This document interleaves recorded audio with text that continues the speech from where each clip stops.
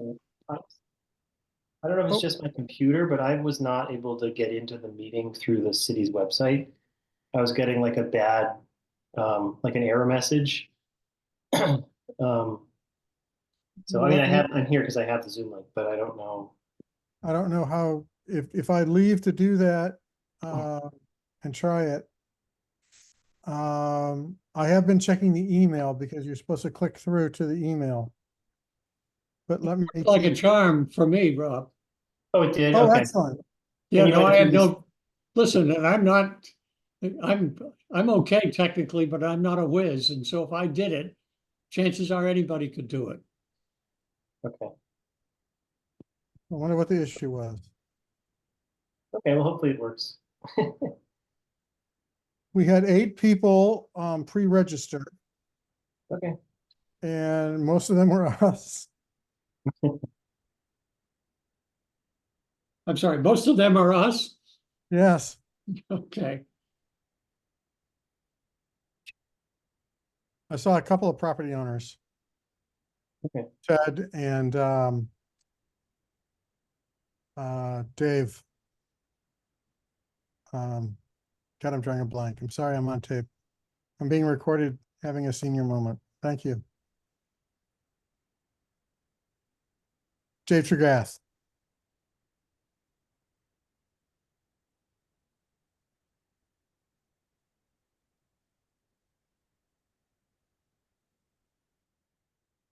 Who is making a presentation tonight?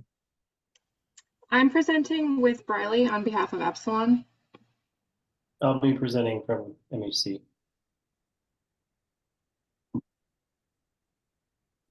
I'm going to make you guys co-hosts.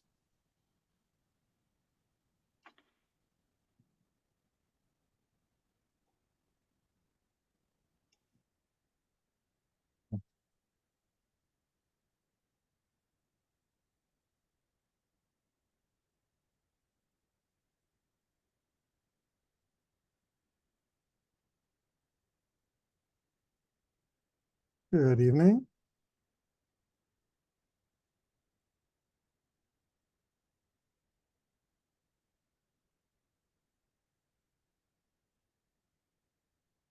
I'm checking my email one more time just to see if anybody's waving for help.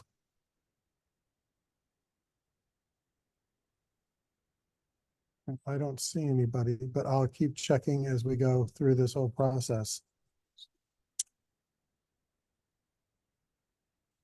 So with the exception of Ted, we're all, oh, and Jeff, we're all on the team.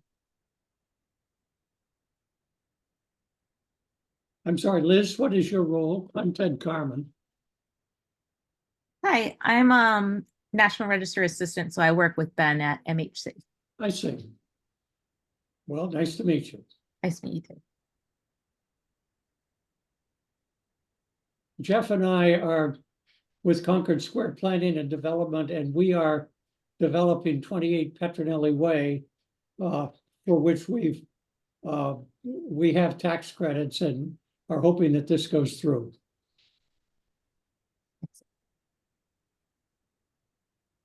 Ben, do you know if you got a lot of bounce backs in the mail?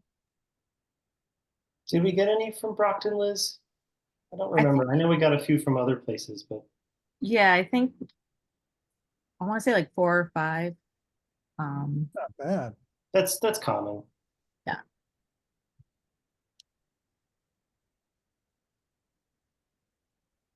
Hey Rob, this is Doug. If you haven't done so already, could you also make Briley and Tonya co-hosts?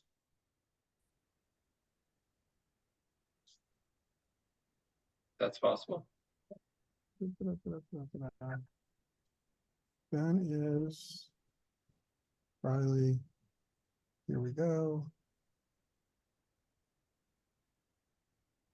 Anybody else would like to be a co-host? That does it for us. Excellent. Well, it is 2 minutes after 6. Would you like to wait a little bit longer or kick this off?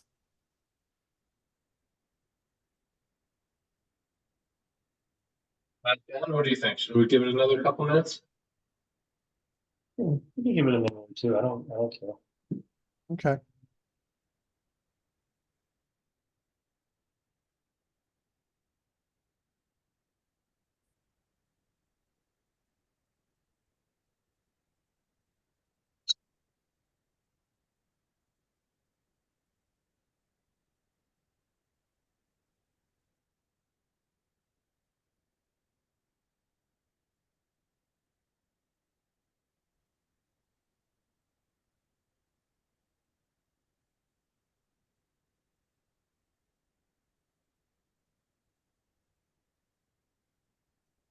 So Briley's in the office. Hopefully, I forget, Wednesday evening, is that the night they vacuum?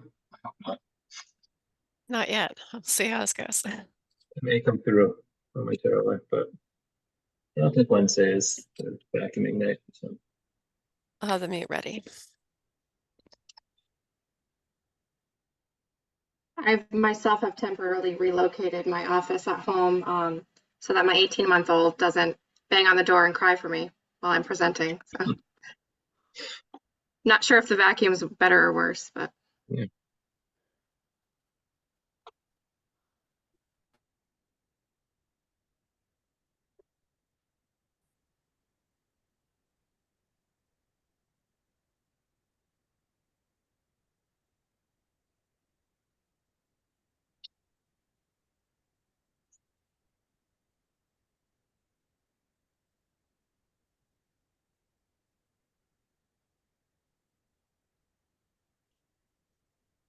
Ben and Liz, how many nominations do you have on the agenda for next week? 6, right? Yep, 6. 6. Well, that's great.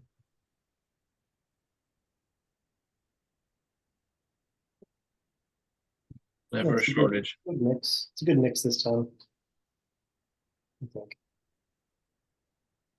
It is now 5 minutes after. And I guess if we speak slowly, people might join us. But I am Rob May. I'm Director of Planning and Economic Development for the City of Brockton. And on behalf of Mayor Sullivan, I welcome you all to the City of Brockton and this important discussion this evening and Public Information Center session put on by Mass Historic Commission and to discuss the downtown north potential National Historic District. And with that, I will turn it over to who's next. I think I'll go next. So I'll present generally. I'm going to present a just kind of a general overview of the National Register program, and then Tonya and Riley will talk specifically about Brockton. So let me just cue that up.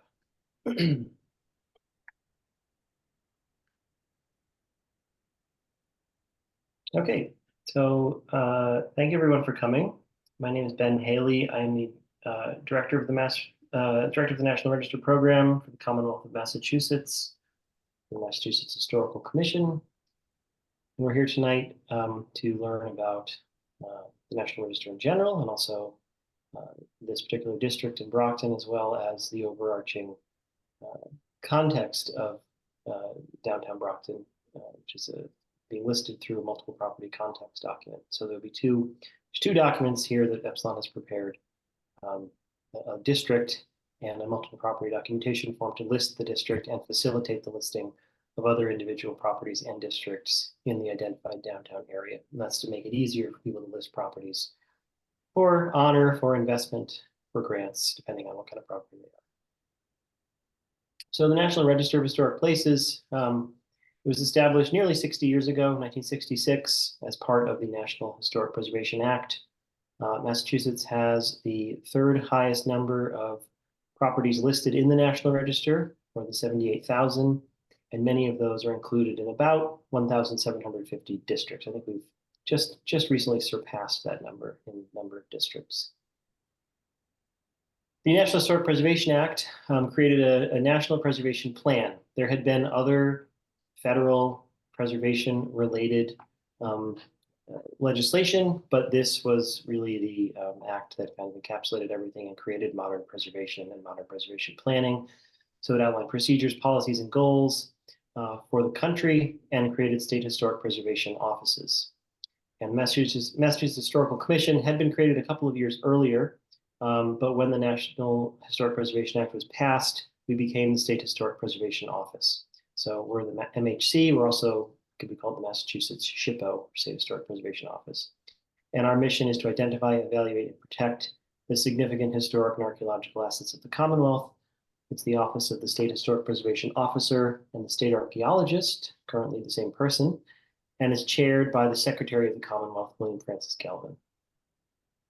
So the National Register contains a variety of resources. It includes urban areas, downtowns, this stretch of Lawrence, rural areas, cultural landscapes, agricultural landscapes, including farms, like this farm you see on the lower left in Brookfield in rural Worcester County.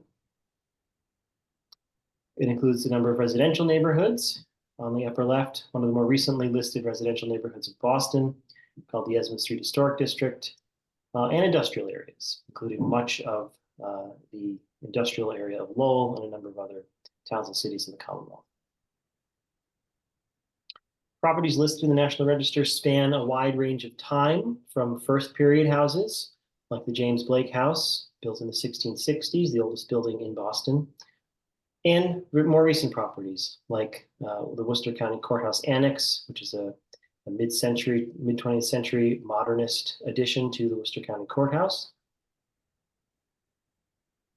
They range from public to private institutional, public, institutional, and private. So schoolhouses like this one in Shirley, and little houses, or was like this well-preserved cape in Gloucester. Brockton has several properties already listed in the National Register, some individually. I believe a couple small districts, including the D.W. Field Park, listed just about 25 years ago, and Brockton's City Hall in the downtown area, listed nearly 50 years ago in the National Register. So I've been talking about buildings and concentrations of buildings, but the National Register includes other resource types, including sites. Here you see the first settlement, the first cemetery of the first settlement of Lancaster, established in the mid-17th century. This was where the dead were buried in that early period. And simple cemeteries like this, without mausoleums, complicated, tombs and whatnot, buildings, tend to be sites. So that's an example of a site, but a site can be a battlefield. It can be the location of something that's no longer extant, etc. Structures can include anything basically not used for human habitation, but built by people. But that includes ships like the Mayflower II, which was listed a couple of years ago, and a number of carousels across the state are listed, in addition to bridges and other structures as well. A number of objects are listed in the National Register, including street clocks. A number of, especially urban downtown areas, had street clocks installed a century or more ago, and many of those that survive are either documented or possibly listed in the National Register. Milestones, quite a number of milestones, especially 18th century milestones across the Commonwealth, are listed in the National Register. And sculptures, like the rhinoceros you see here by Catherine Lane Weems, is an object in Cambridge, and that's listed in the National Register. And districts. So urban districts and rural districts. Wendelltown Common in rural Franklin County, is an example of a rural village center historic district. And Outing Park in Springfield is an urban historic district, largely multifamily masonry apartment buildings. Districts are ensembles. They can be just one resource type, just buildings, but often they're ensembles of buildings, structures, sites, and/or objects that together form a cultural landscape and tell a story. They're related thematically in one or more ways. Some properties are eligible for listing only in a district, and others are listed individually. So on the left, you have a number of masonry apartment buildings in Boston, in one of Boston's neighborhoods. Individually, for various reasons, one of those buildings is, you know, would not be eligible for various reasons. But together, they are eligible. They tell the same story of the subdivision of estates and farms and the construction of neighborhoods, the urban development of Boston's neighborhoods at the turn of the 20th century, as infrastructure improved, et cetera. So, and they may have been built by a particular ethnic group for a particular ethnic group. So they tell multiple stories together that on their own, they might not be a great example of telling that story. On the other hand, a single house can be significant in its own right. On the right here, you have the Dorsey Jones house in Northampton. That was before the Civil War, that was occupied by two well-documented, two former slaves whose escapes were very well documented on the Underground Railroad. And so that was their house over a span of 10, 15 years. And for those associations, it is listed individually in the National Register. Now, some properties are eligible individually and within a district.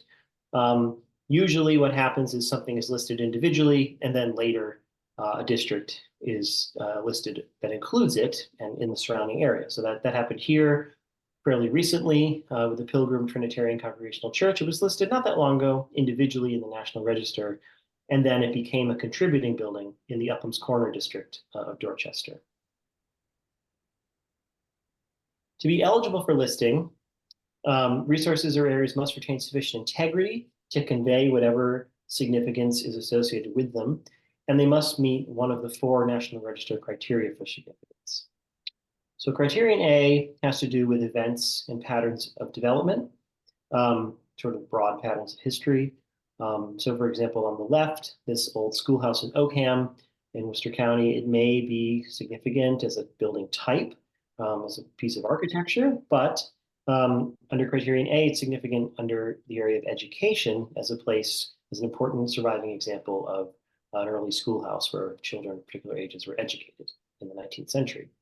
In the lower right is a row of particularly intact triple deckers or 3-deckers in a district in Worcester. And these are associated with industrial history of Worcester, the labor history of Worcester, where people of particular ethnic groups lived in the industrializing city of Worcester at the turn of the 20th century. Criterion B has to do with significant people.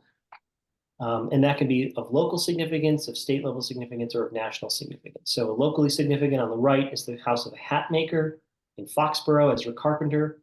His significance didn't really extend much beyond the bounds of Foxborough, but he was a significant figure within the town. And so his house is significant for its association with him. And on the left, we have a property of state level significance, the General John and Mary Fellows house in Sheffield in far southwestern Massachusetts. Brigadier General Fellows was a brigadier general in the Massachusetts militia. During the American Revolution, he participated in drafting the Sheffield Resolves, which was a petition against British rule in 1773. He served in the first and second Massachusetts provincial congresses on the Committee of Public Safety, and he also led men and fought alongside the Continental Army in some of the major battles of the Revolution. So he's a significant figure, possibly nationally significant, but what we could establish was at least state level significance for his house. Criterion C has to do with design and construction. On the left is the only house designed by Frank Lloyd Wright in Massachusetts. On the right is, upper left. On the right is a rare surviving example of an important bridge type, a particular lenticular bridge, truss bridge type. In the 1880s, this one has since been demolished, and there are only about 7 or 8 left in the state. And on the lower left, we have a particularly fine example of a type of Greek Revival house that is locally significant in the town of Harwich. Criterion D has to do with information potential. It's often archaeology, whether that's prehistoric or historic. What you see here is a historic archaeological site, the remains of an industrial site in Richmond in far western New York in the Taconic Mountains, where the idea is here that with a research framework and excavation, you could understand about the processes and other activities that occurred here. Many eligible properties, you may guess, meet more than one of the National Register criteria. For example, in Buckland, we have an input the town here, Buckland, Robert Strong Woodward House and Studio, Buckland, Franklin County. Criterion A it's an intact agricultural, working farm. It's not a working farm anymore, but all the buildings survive and the outbuildings in an agricultural setting. Criterion B has to do with Robert Strong Woodward, who was a painter in the first half of the 20th century. And criterion C as an intact ensemble of agricultural buildings and houses of particular types from particular periods. Nominations, especially for districts, include components constructed over a wide range of time. So in Dalton, in Berkshire County, in one particular district, you have a stone mill from the 1840s and a post-World War II vets village. But within this district, there is at least one common theme tying everything together. And nominations may include non-contributing resources that were built either relatively recently, or they may have been built in a historic period, but have been so heavily altered that they don't appear historic anymore, and they're no longer able to convey any associations related to historic periods. So here you have a late 19th century building on the right and a 1970s building on the left in a single district. When this district was listed in the 80s, the 70s was only 10 years ago. It's not considered long enough to be considered historic, so it's non-contributing. And here's an example of a house that was once quite nice, high-style federal, and this is what it looks like today. And so this is non-contributing in a district, even though the core of the house is a circa 1800 or late 18th century federal-style house, but most of it's gone. So National Register nominations, they're planning documents, and they explain why whatever being nominated is significant under whichever criteria and areas of significance. And they demonstrate that whatever is being nominated has sufficient historic character or integrity to tell that story, whatever or stories of significance, whatever they are. And the various components go into a National Register nomination besides the writings, as the thing is described. And there are arguments for significance, explaining how something is significant in whatever way. There are data sheets listing everything in the boundary, if it's a district, or if there's more than one or two things on a property, maps, photographs, etc. Now, to be listed, it's understood that most things, especially older buildings, are not, frozen in time, frozen in amber. They don't reflect a particular moment in time necessarily. They've been modified over the years. And so something has to retain integrity and has to be considered significant, has to be found significant, but it doesn't have to be perfectly preserved, whatever it is. So here in New Bedford, all of these buildings have been modified in some way in more recent decades since they were built, but they still convey the sense of a late 19th or early 20th century streetscape, how it looked 100 plus years ago. And so for that reason, they are still considered to have sufficient integrity in a district setting to convey whatever the historic associations are that make them significant. Properties listed in the National Register do not have to serve their original purpose. On the left, this was a gas station built in the 20s in Stoneham. There were a number of these built around Boston. This one has subsequently been demolished, but for a long time it was an ice cream parlor. And on the right and west in that former train station for a long time served as a residence. So it doesn't have to serve its original purpose to be eligible or listed. Properties in the National Register do not have to be open to the public. And they do not have to be painted particular colors. That's a common misconception. And on that point, a National Register district is not a local historic district. So if someone talks about a historic district, they may mean National Register, they may mean local historic, they may even mean National Historic Landmark. I think that's relatively unlikely. So what we're talking about tonight is a National Register district. A local historic district is established at the local level. It's a local process, and it requires design review by a board or a commission, right, over proposed modifications to an exterior visible from a public way, right? Any kind of modifications are supposed to be reviewable. So what are some of the benefits? Well, here's a list of some. I'll go through most of these. Some people just want a property or neighborhood listed for honor, right? It's a particularly nice area, a nice building, and they would like it listed. You've probably seen plaques and signs in various parts of the state and other states when traveling. It can be useful as an education tool. The city of Lowell has developed walking tours based on National Register documentation. And even small towns like Chesterfield have done the same, developed walking tours. Opportunities for funding. So nonprofit and municipally owned properties are eligible to apply for various grant programs, including the Massachusetts Preservation Project Fund, which is an MHC grant program. But other funding sources exist as well for certain themes. There may be National Park Service grants. There's also something called the 1772 Foundation, and other foundations may support National Register listed properties as well. And the tax credit, which is the most effective preservation tool in the country for preservation and rehabbing historic buildings. This is an opportunity for a substantial rehabilitation of income-producing properties.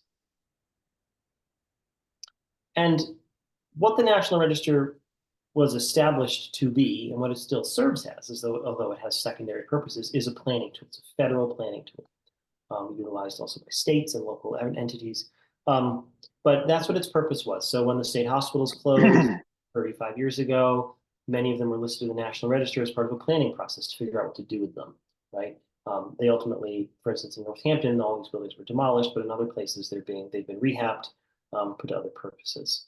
Falmouth Village was listed and in the National Register, and then there was a road widening scheme devised for the area.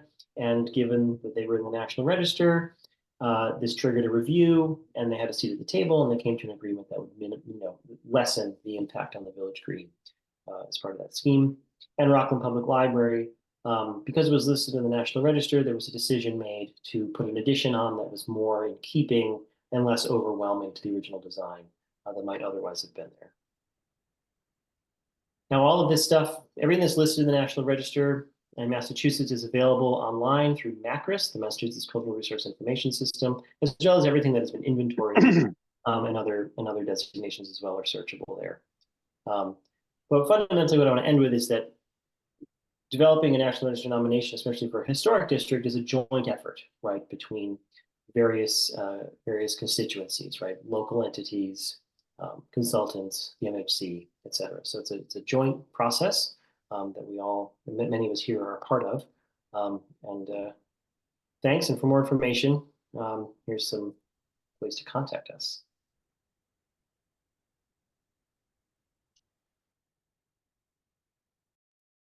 Great, thank you, Ben. So my name is Doug Kelleher. I'm a principal at Epsilon Associates. And with me this evening are my colleagues, Tonya Loveday-Merrim and Riley McLaughlin.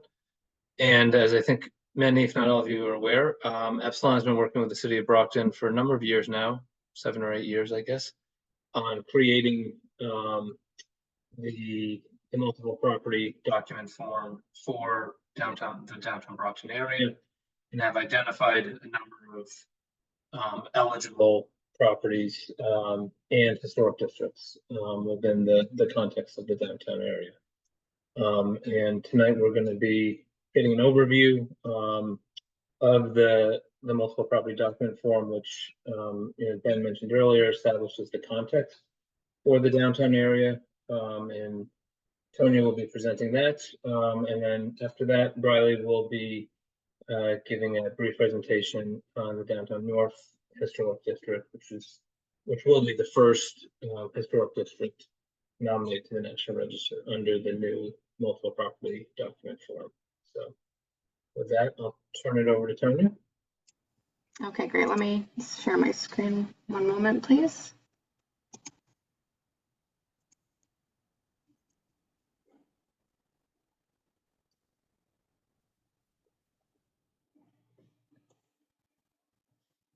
Okay, can everyone see that? Okay, great. So thank you, Doug, for the introduction. My name is Tonya Loveday-Merrim, and as Doug mentioned, I'm a preservation planner with Epsilon Associates. So since 2016, Epsilon has been working with the City of Brockton and Mass Development to survey and evaluate historic resources in downtown Brockton and to pursue nominating a historic district to the National Register. This undertaking was done to support efforts to revitalize downtown Brockton and support a number of ongoing and potential certified historic rehabilitation projects. So for the purpose of the multiple property nomination, downtown Brockton is outlined in the black on the map displayed, encompasses a diverse urban core of the city of Brockton that was largely developed during a period of prosperity brought on by the local manufacture of shoes and related products from the mid-19th to mid-20th century.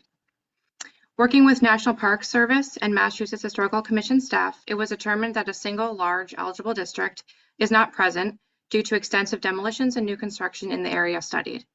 It was thus recommended that a multiple property documentation form, or MPDF, be prepared to develop historic context under which significant resources that retain integrity in downtown Brockton could be nominated to the National Register individually or as part of a district.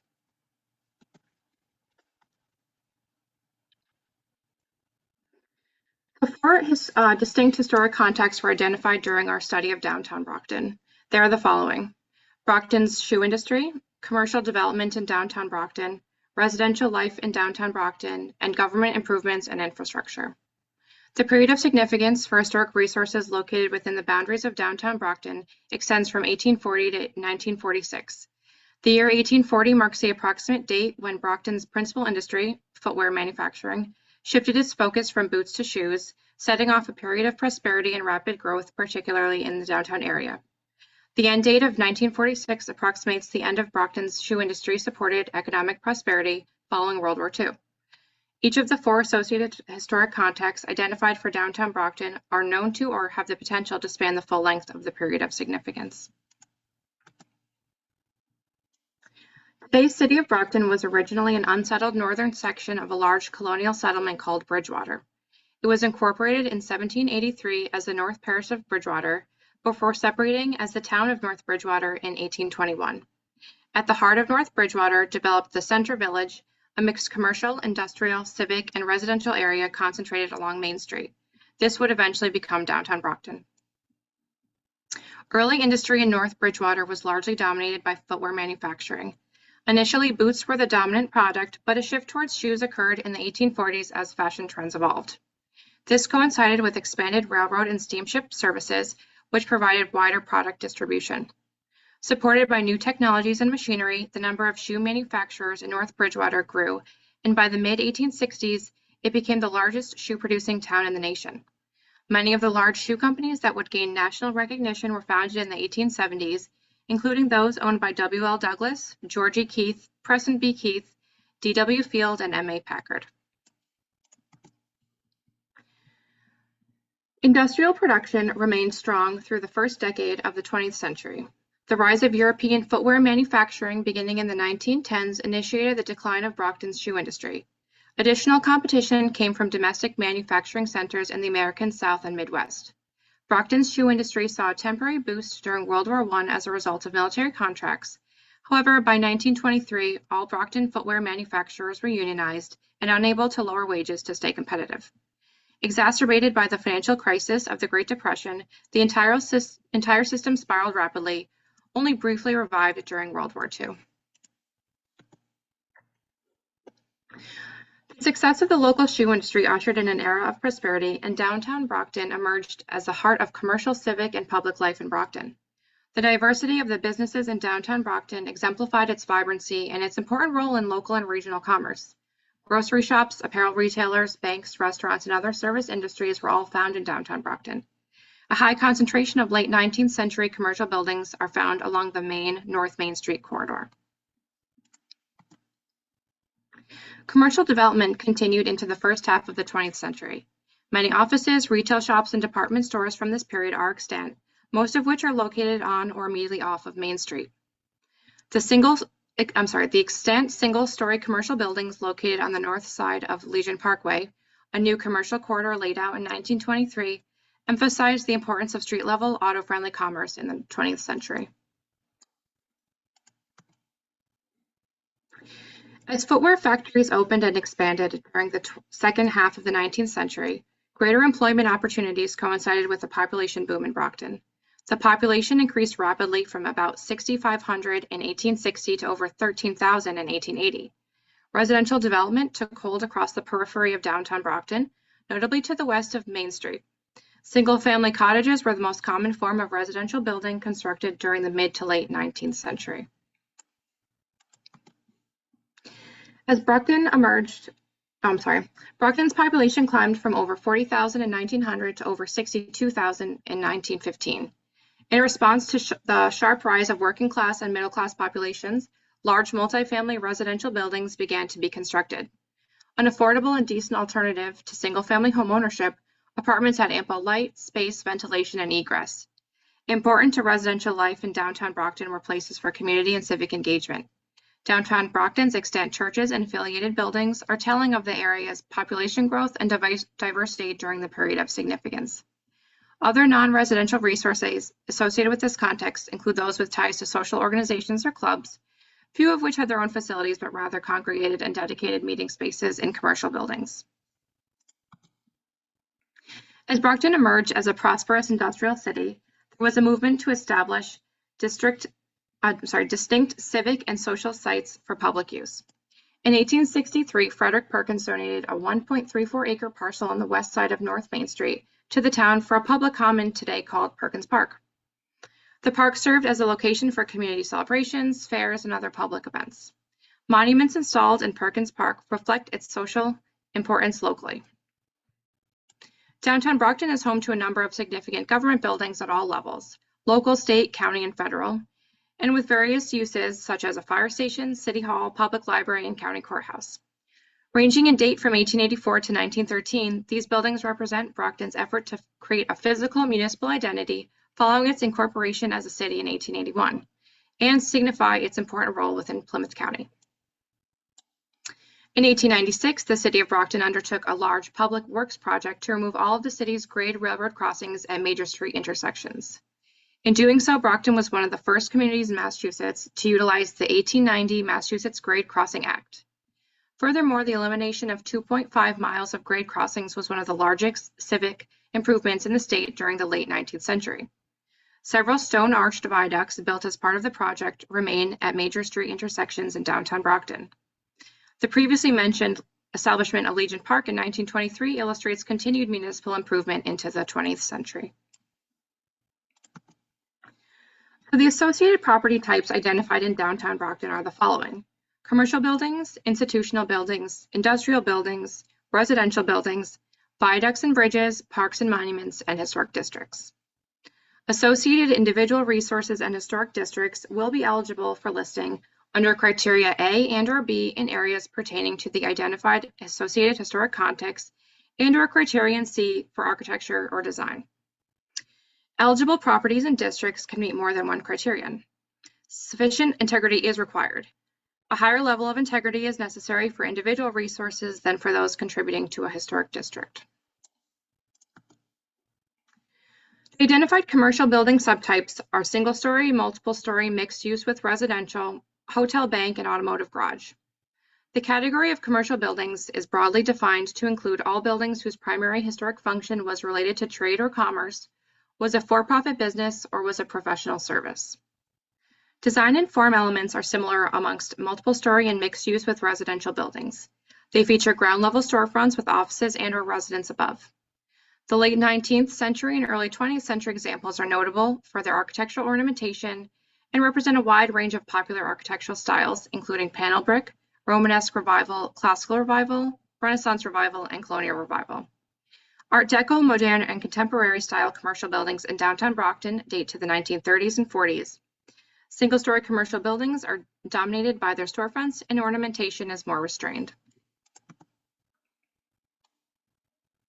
Hotels in downtown Brockton are 3 or 4 stories in height, and unsurprisingly, given their original use, exhibit the design and form elements of both the multiple-story and mixed-use commercial buildings.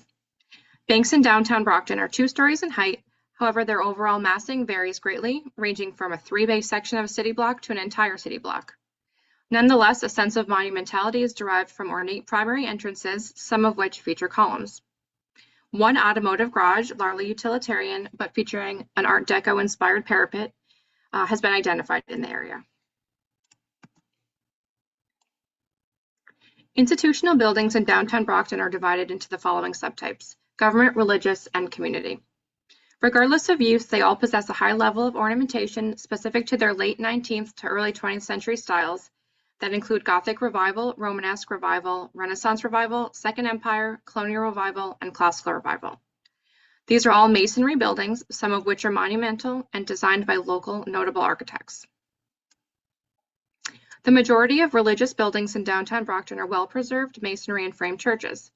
Dating from between 1850 and the early 20th century, a wide variety of architectural styles are represented, including Italianate, Queen Anne, Gothic Revival, Romanesque Revival, Colonial Revival, and Neo-Gothic Revival. Also within this subtype is a Classical Revival style brick rectory. The community buildings in downtown Brockton date from the late 19th to the mid-20th century. The earliest is frame, while others are of brick.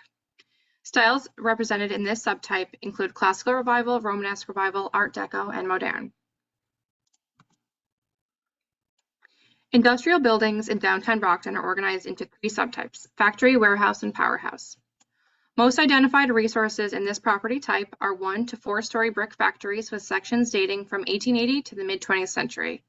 Not all industrial buildings have discernible architectural styles and are typically utilitarian in appearance. However, styles such as panel brick, Romanesque Revival, and Art Deco are present. Residential buildings fall into the following 2 subtypes: single-family houses and multiple-family apartments. The vast majority of residential buildings in downtown Brockton were constructed in the last quarter of the 19th century as single-family frame dwellings with side hall plans. They are generally uniform in form and massing, rising 2.5 stories to a gable roof. The earliest of these buildings have Italianate elements, but others are Victorian eclectic or Queen Anne style. Other residences are high-style masonry or frame dwellings designed in the Queen Anne or Second Empire styles. Less common in Brockton are multiple-family apartment buildings. Identified examples date from the early 20th century and include 2 Classical Revival blocks. Downtown Brockton features 7 single-span rusticated stone arch viaducts built in 1896 as part of the extensive public works problem previously discussed. They may be eligible as part of a larger historic district along the MBTA right-of-way that encompasses all of the extant viaducts in Brockton constructed as part of that project. Additional research and fieldwork is necessary to determine the condition and integrity of those resources outside of downtown Brockton, and a nomination would not be directly linked to this multiple property listing, but might overlap in certain areas of significance. Within downtown Brockton is one city-owned park, the 1863 Perkins Park. It features 2 monuments, the 1894 Women's Christian Temperance Union Drinking Fountain and the 1907 Soldiers Monument. Due to the substantial areas of vacant and underutilized land and building disrepair, a large historic district encompassing the entirety of downtown Brockton is not appropriate.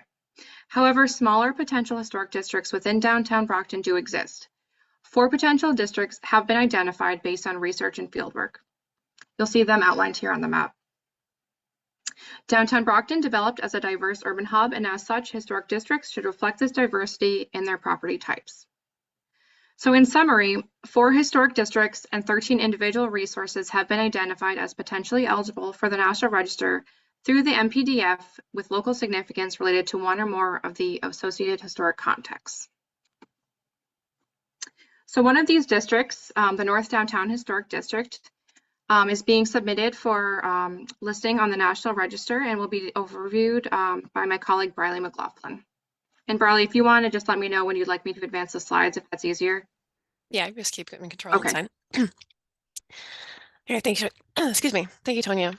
The North Downtown Historic District encompasses 23.3 acres in the northern section of downtown Brockton. The primary north-south corridor running through the district is North Main Street and Main Street from Linden Street to the north down to Legion Parkway to the south. The district extends east from the Main Street corridor roughly halfway to Montello Street along portions of Court and Franklin Streets and Petronelli Way, formerly Ward Street. West from Main Street, the district extends along portions of Spring, Pleasant, and Green Streets to Warren Avenue. The district consists of 62 resources, 46 of which are contributing, 43 buildings, 2 objects, and 1 site. And 3 buildings previously listed on the National Register. Within the district's boundaries are 13 non-contributing buildings and 9 vacant lots. Satisfying criterion A in the area of commerce, the district contains many of downtown Brockton's historic commercial buildings, many of which are located along Main Street, North Main Street. These resources are illustrative of downtown Brockton's role as an important local commercial hub during the period of significance, featuring a rich collection of offices, retail shops, department stores, and banks. The earliest extinct commercial building in the North Downtown Historic District is the Enterprise Building at 64 Main Street, built in 1887 and named for its original primary tenant, the Brockton Enterprise. In addition to printing, the building that year housed a bakery, meeting hall, restaurant, clothing, and candy manufacturers. The attached 1889 Fields Block at 62 Main initially housed a restaurant and a fruit dealer on the first floor, a grocer, tailor, and offices on the second, and a meeting house on the third, pool hall on the fourth. Occupying a prominent location within the district, the 1897 Times Building at 7 Main Street housed the Brockton Times, the local paper founded in 1895, as well as offices and retail. The presence of a second newspaper publisher in the district signified Brockton's position as a center of regional commerce. The North Downtown, the North Downtown Historic District features one of downtown Brockton's 4 banks, the 1890 Brockton Savings Bank Building at 5 North Main Street, telling of the economic growth seen locally at the end of the 19th century. The bank was incorporated in 1881 by Brockton's shoe manufacturer George E. Keith and remained in the building until 1992. The North Downtown Historic District's collection of early 20th century commercial buildings, including the only 4 extinct mixed-use residential commercial buildings in downtown Brockton. These include the Bixby at 89 North Main Street, the Blanchard Block at 55 North Main Street, the Bradford at 79 North Main Street, and the Pleasant Block, 125 Pleasant Street. The North Downtown Historic District is significant under Criterion C in the area of architecture, as a diverse collection of resources that embody the characteristics distinctive to the various resource types within the period of significance. The North Downtown Historic District displays a wide range of architectural styles and building types, illustrating the evolution of the city's downtown from the late 19th century into the 20th century. Among the contributing buildings in the district are commercial, institutional, residential, and industrial buildings, many of which were previously featured in the MPDF. The district blends high style and vernacular architecture, and buildings range in scale and massing. Architectural styles range greatly due to the nearly century-long period of significance. However, most common in commercial and institutional buildings are revival styles, including Romanesque Revival, Renaissance Revival, Colonial Revival, and Classical Revival. The Italianate and Queen Anne styles are typical of single-family dwellings. The North Downtown Historic District also features Perkins Park and the monuments therein. The district's period of significance begins in 1850, marking the construction date of the oldest contributing resource within the district, while the end date of 1940 marks the construction of the last contributing resource to be built. The district is significant at the local level despite less sympathetic modifications to some buildings. The district as a whole retains significant integrity and features many well-preserved and notable resources within downtown Brockton. One example is the 1911 St. Patrick's Total Abstinence Society building at 28 Petronelli Way. Originally a community center, this building was converted to residential use as part of the Certified Historic Rehabilitation Project completed in 2023. Thank you. That ends our presentation.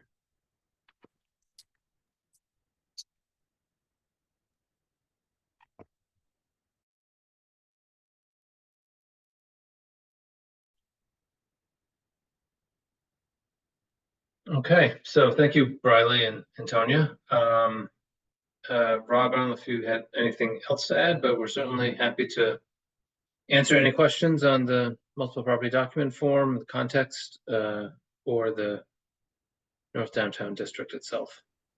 Just noticed I'm getting bad light here. I just want to thank everybody who has participated in this process, especially Dave Tregath and Ted Carmen and Jeff Schlossberg with Concord Square Development. They helped us get this over the finish line. We have been working on this. I've been with the city for 10 years and I inherited this project. So it in and of itself is a historic project, I hope. It, as was mentioned in the presentation, we're not able to do an entire downtown wide district, but this is the first of 4 potential districts that we will hopefully be bringing forward to Mass Historical Commission for their consideration and nomination. So I thank everybody, and if anybody has any questions, now would be the time. Mr. Carmen, how are you, sir? You're on mute. I'm gonna put Just that on fine, my- thanks, Rob. I'd just like to say, as the developer of the St. Patrick's Total Abstinence Society building, we of course are very interested and supportive of having this go forward. But I'd also like to say that just in terms of the overall city's downtown plan, this is very important because the historic designation of these buildings provides tax credits that can make renovating the buildings economically feasible. The district will provide not only approval under the state historic tax credit program, but also the federal historic tax credit program, which can provide up to 40% of the cost of renovating the buildings. And so it's critically important to continue the city's efforts to revitalize the downtown and the buildings, the residential buildings on the adjacent streets. So we're strongly supportive. Thank you. And with the MHC's permission, I will put a copy of this presentation and meeting on the city's webpage. And I will also post the 2 presentations that people can follow along. So, Hi, I have a question. I'm sorry. oh, no, My name is Jimmy Noel. I represent 80 Pleasant Street, which is where our church is currently located. And I'm happy that we're one of the buildings being considered. So my question is just that what would be the next steps going forward? So this meeting is in advance of the State Review Board meeting, which is a week from today, 1:00 p.m. next Wednesday, where the State Review Board of the Massachusetts Historical Commission will vote on whether to forward this nomination to the National Park Service for final review and listing. So there's nothing that property owners have to do at this point, although you're welcome to send a letter of support if you'd like, but you're under no obligation to do anything in particular. And you can also attend that meeting. It'll be on Zoom. So if you go to the Mass Historical Commission's website and you go to the commission meeting page, you will be able to find the link. So yeah, thanks for your question. Does that answer your question? Yes, it did. Thank you. Sure.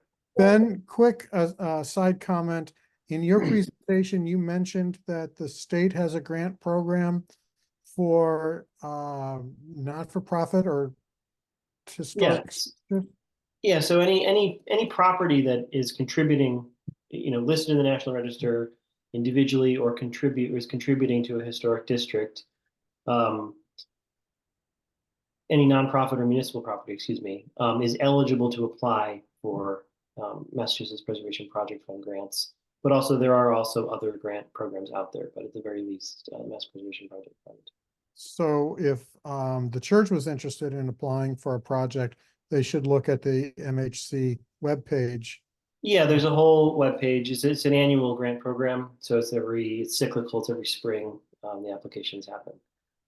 So it'll be next I don't know, January or February for a March deadline or something like that. I don't know. The time working. Yeah.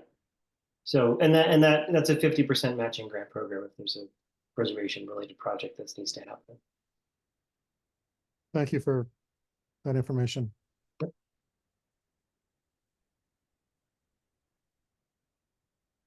Going once. Going twice. Again, I want to thank everybody for their participation this evening and in this over 10-year project to get this finally up for review. by the commission for consideration. So I thank everyone, and I hope everybody has a wonderful night. Thank you, Thanks. Thank you. everyone. Thank you, everyone. Thank you.